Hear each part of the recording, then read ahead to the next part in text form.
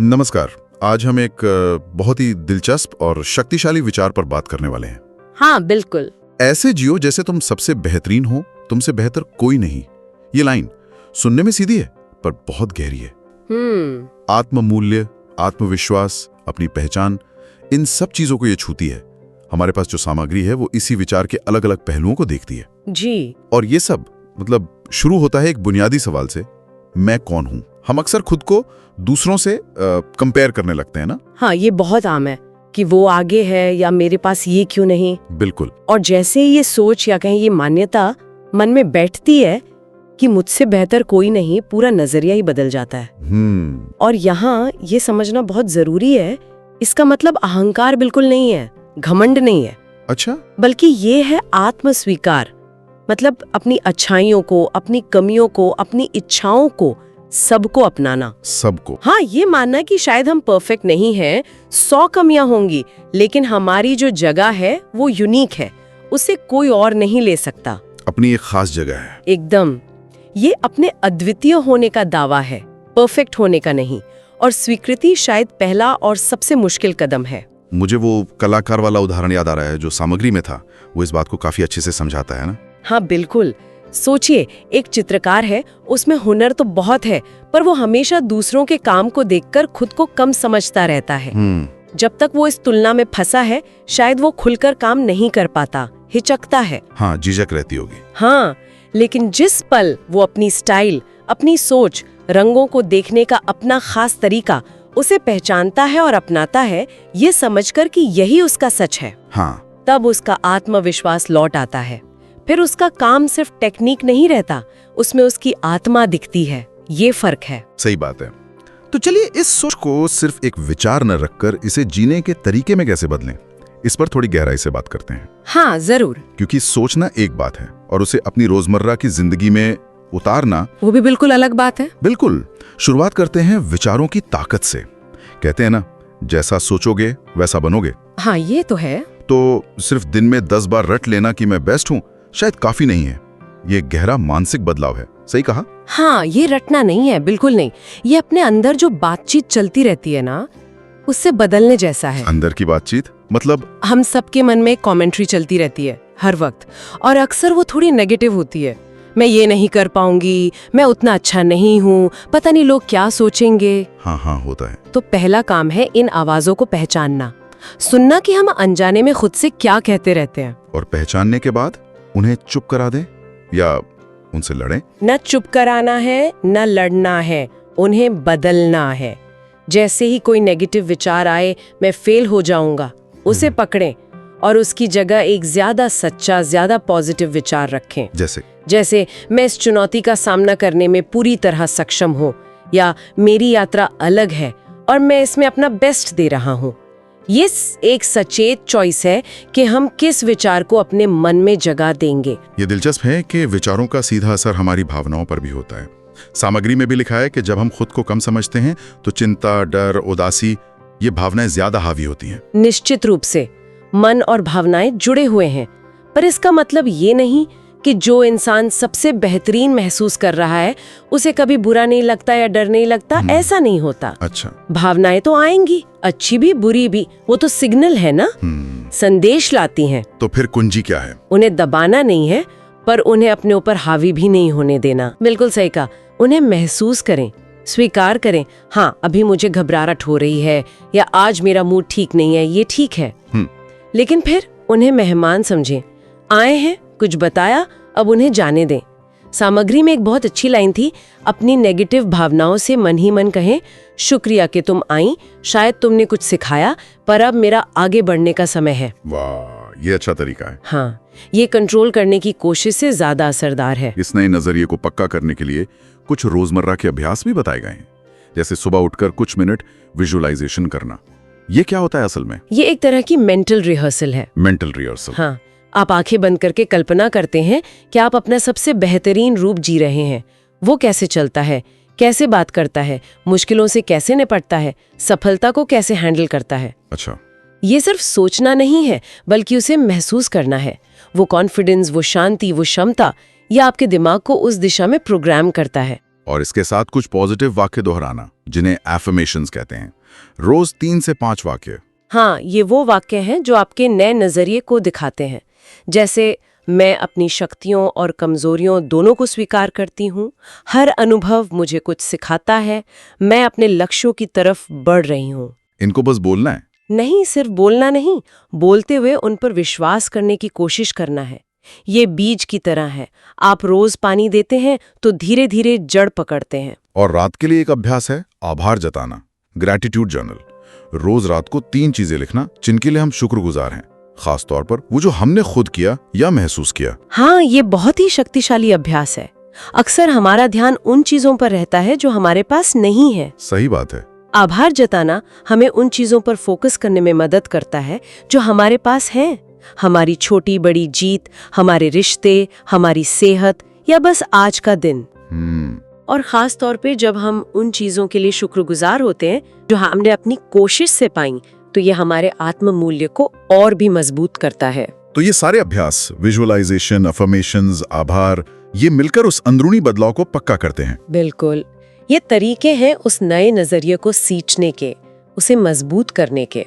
चलिए, ये मानसिक तैयारी तो हो गई, लेकिन असली दुनिया में तो चुनौतियां भी होती हैं। एक बहुत बड़ी चुनौती जिसका जिक्र बार बार आता है वो है दूसरों से तुलना। हाँ, खासकर सोशल मीडिया के जमाने में हर कोई अपनी परफेक्ट लाइफ दिखा रहा है। हाँ, और ये बहुत मुश्किल हो सकता है। यहाँ ये याद रखना बहुत जरूरी है कि हर किसी की कहानी अलग है, हर किसी का संघर्ष अलग है। सोशल मीडिया पे जो दिखता है वो अक्सर सिर्फ एक हाईलाइट रील होती है, पूरी फिल्म नहीं। सही कहा। जैसे ही मन तुलना करने लगे, उसे पकड़ना होगा। बहुत सजग होकर अपना ध्यान अपनी राह पर, अपने सफर पर वापस लाना होगा। खुद को याद दिलाना होगा, मेरी रेस सिर्फ मुझसे है। दूसरों की जीत मेरी हार नहीं। बिल्कुल, और न ही मेरी जीत किसी और की हार। तुलना के अलावा असफलताएं और आलोचना भी तो मिलती हैं। क्या तुमसे बेहतर कोई नहीं मानने का मतलब ये है कि हम मान लें कि हम कभी फेल नहीं होंगे या कोई हमारी बुराई नहीं करेगा? नहीं नहीं, बिल्कुल नहीं। ये सोच हमें अजेय नहीं बनाती, बल्कि ज्यादा लचीला, ज्यादा रिजिलियंट बनाती है। अच्छा। असफलताएं तो आएंगी ही, वो तो सफर का हिस्सा है। जरूरी ये है कि हम उन्हें देखते कैसे हैं। क्या हम उन्हें अपनी पहचान बना लेते हैं, मैं एक फेलियर हूँ, या हम उन्हें एक फीडबैक मानते हैं, अच्छा इस कोशिश में ये तरीका काम नहीं आया, अगली बार कुछ और ट्राई करना होगा। ये एक सीखने का मौका है। और आलोचना, उसका सामना कैसे करें? कुछ तो बेकार होती है, पर कुछ में शायद दम भी हो। हाँ, यहाँ थोड़ा विवेक, थोड़ी समझदारी चाहिए। जब कोई आलोचना करे तो एकदम से डिफेंसिव होने की बजाय एक पल रुके, खुद से पूछें, क्या इसमें कोई सच्चाई है? क्या इससे मैं कुछ सीख सकती हूँ? भले ही कहने का तरीका ठीक न हो। अगर जवाब हाँ है तो उस सीख को ले लें, और अगर ना है तो? अगर लगता है कि आलोचना सिर्फ नेगेटिविटी फैलाने के लिए है या उसका कोई बेसिस नहीं है, तो उसे मन पर हावी न होने दें, उसे जाने दें। यही तो आत्म मूल्य का सबूत है कि आप बाहरी आवाजों से अपनी कीमत तय नहीं होने देते। ये बात मुझे उस निरंतर विकास वाली सोच से जुड़ती भी लग रही है। सामग्री में ये भी कहा गया है कि हमें कभी ये नहीं मान लेना चाहिए कि बस अब मैं परफेक्ट हो गया। एकदम सही। मैं सबसे बेहतरीन हूँ का मतलब ये नहीं है कि मैं अब बदल नहीं सकती या मुझ में कोई कमी नहीं, बिल्कुल नहीं। तो फिर क्या है? इसका मतलब है मैं आज जैसी हूँ अपनी पूरी क्षमता के साथ बेहतरीन हूँ, और मेरे पास कल और बेहतर बनने का अधिकार और संभावना दोनों है। अच्छा। के मौके ढूंढना, यही तो ग्रोथ है। तो हमने मानसिकता, भावनाएं और चुनौतियों से निपटने पर बात की। अब आते हैं इसे रोजमर्रा की जिंदगी में उतारने पर। लक्ष्य तय करने की बात कही गई है। हाँ, लक्ष्य बहुत जरूरी है। वो दिशा देते हैं, वरना हम भटक सकते हैं। सुझाव ये है कि छोटे लक्ष्य रखें, रोज के, हफ्ते के, फिर मध्यम, महीने के, 3 महीने के, और बड़े लक्ष्य साल के या उससे भी लंबे। और सिर्फ सोचना नहीं, उन्हें लिखना। हाँ, लिखना बहुत जरूरी है। लिखने से वो ज्यादा ठोस हो जाते हैं। और हर लक्ष्य के लिए एक छोटा सा प्लान बनाना कि वहां तक पहुंचने के लिए क्या क्या करना होगा। एक बड़ी दिलचस्प बात लगी मुझे, लक्ष्य को सिर्फ रखना नहीं, उसे महसूस करना। इसका क्या मतलब हुआ? इसका बहुत गहरा मतलब है। सिर्फ ये कहना कि मुझे प्रमोशन चाहिए काफी नहीं है। तो ये कल्पना करना कि जब वो प्रमोशन मिलेगा तो कैसा महसूस होगा। वो गर्व, वो संतुष्टि, वो खुशी, उस भावना से जुड़ना। अच्छा, उस फीलिंग से कनेक्ट करना। हाँ, जब आप लक्ष्य के साथ जुड़ी पॉजिटिव भावना को महसूस करते हैं तो वो आपको मोटिवेट करती है, खासकर तब जब रास्ते में मुश्किलें आती हैं। लक्ष्य सिर्फ एक मंजिल नहीं रहता, एक इमोशनल एक्सपीरियंस बन जाता है। और लक्ष्यों तक पहुंचने के लिए आदतों और रूटीन की भूमिका पर भी काफी जोर है, जैसे रोज सुबह उठकर कुछ खास काम करना। बिल्कुल, सफलता कोई एक दिन का चमत्कार नहीं होती, वो अच्छी आदतों का नतीजा होती है।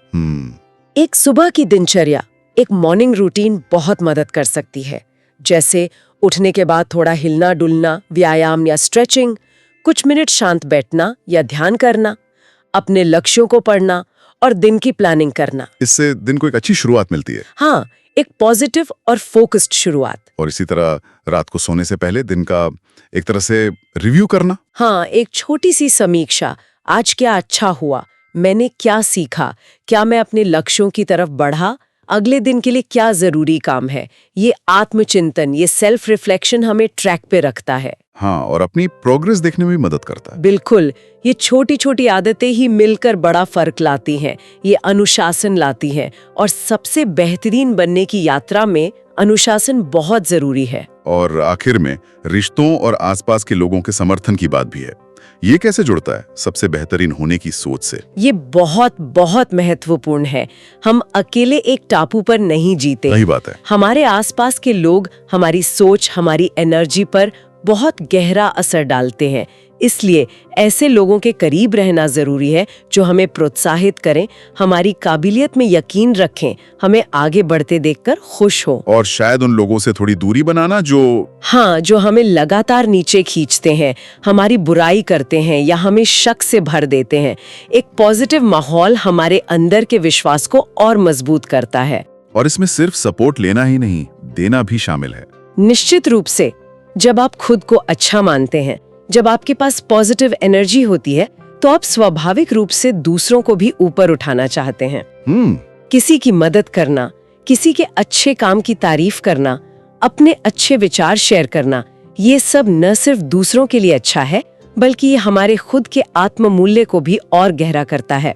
एक तरह का अच्छा चक्र बन जाता है। हाँ बिल्कुल, आप अच्छा महसूस करते हैं, आप अच्छा करते हैं और उससे आपको और अच्छा महसूस होता है।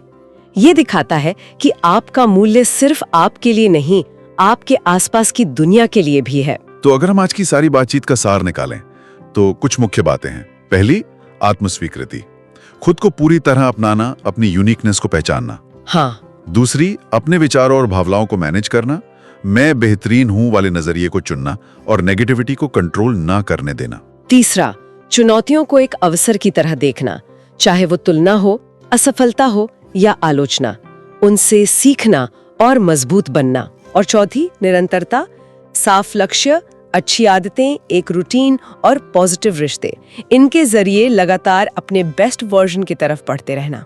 और वो सबसे जरूरी बात फिर से दोहराना चाहूंगा कि ये नजरिया अहंकार या दूसरों को छोटा समझने के बारे में बिल्कुल नहीं है। बिल्कुल नहीं, जरा भी नहीं। ये अपनी कीमत पहचानने, अपनी अंदरूनी शक्ति को महसूस करने और खुद को बेहतर बनाने की अपने अधिकार को समझने के बारे में है। जैसा कि सामग्री में कहीं कहा गया है, मैं सबसे बेहतरीन हूँ और मुझे हमेशा और बेहतर बनने का अधिकार है। ये और बेहतर बनने का अधिकार वाली बात बहुत जरूरी है। हाँ, बहुत। ये एक लगातार चलने वाली यात्रा है, कोई मंजिल नहीं। सही कहा।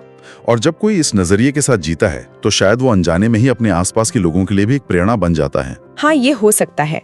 आत्मविश्वास, आत्मस्वीकृति और लगातार सीखने की इच्छा, ये एनर्जी संक्रामक हो सकती है, दूसरों को भी छू सकती है, उन्हें भी प्रेरित कर सकती है कि वे भी अपने अनूठेपन को पहचाने और उसे जिएं। तो आज की चर्चा को यहीं विराम देते हैं, लेकिन सुनने वालों के लिए एक सवाल छोड़ जाते हैं जिस पर वे सोच सकते हैं। आज अभी ऐसा कौन सा एक छोटा सा कदम या एक सोच या एक काम हो सकता है जिससे अपने अनूठे मूल्य को थोड़ा और महसूस किया जा सके? वो क्या चीज है जो आपको याद दिलाए कि हाँ, मुझसे बेहतर कोई नहीं?